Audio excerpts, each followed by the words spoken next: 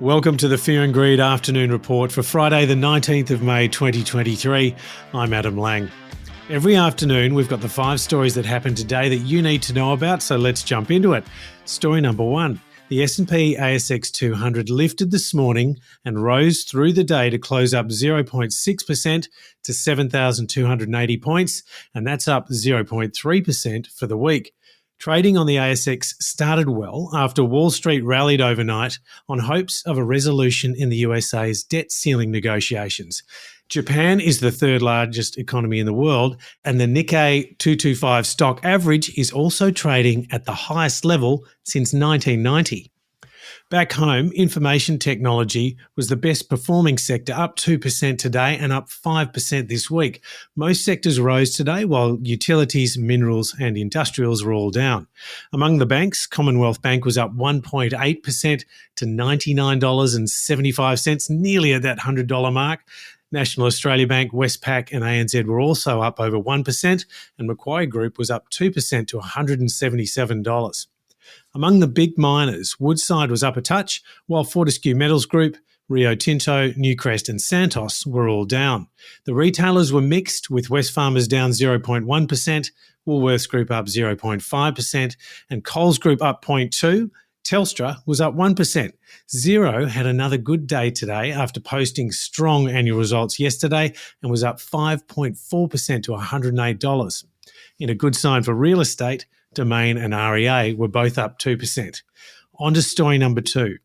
Qantas will return more aircraft to service and lift international capacity much faster than initially expected, and hopes to be back at 100% of its pre-pandemic levels by March 2024. The airline will commence flying 2 Airbus A330s from Finland's Finnair. They will help add 1 million more seats to its international network from late October this year. This will include a big capacity jump to China, with Qantas restarting daily Sydney to Shanghai flights for the first time in 3 years from late October 2023. It will increase the number of flights from Sydney and Melbourne to Hong Kong from the same time. Story number 3. Austal has secured a contract to design and build a surveillance ship for the US Navy that could be expanded to 6 more ships, potentially raising the total value of the contract to US $3.2 billion. That's a big deal. The Perth-headquartered shipbuilder, which has been cooperating with a fraud investigation in the US, said the initial US $113.9 million fixed price contract is to build a vessel which would support submarines by providing acoustic surveillance. Now, that's according to a report in the Financial Review. Most of the work on the ship will be done in Mobile, Alabama, with factories in several other US states also contributing to complete it by November 24, and that's according to the Defense Department. Austal Chief Executive Paddy Gregg said the contract showed that the US government continued to trust the company. Austal's shares jumped 27% on the news, and Austal was one of the 2 bidders for the contract, which includes an option to build up to 6 more ships. If all those options are exercised, Austal will be building the ships until June 2034.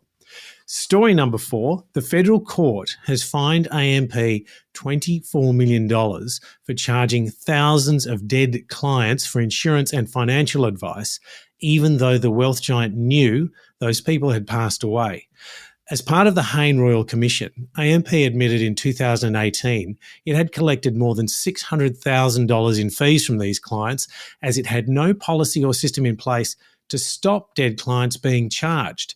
Mostly, they were in AMP superannuation accounts and were charged for life insurance despite not being alive.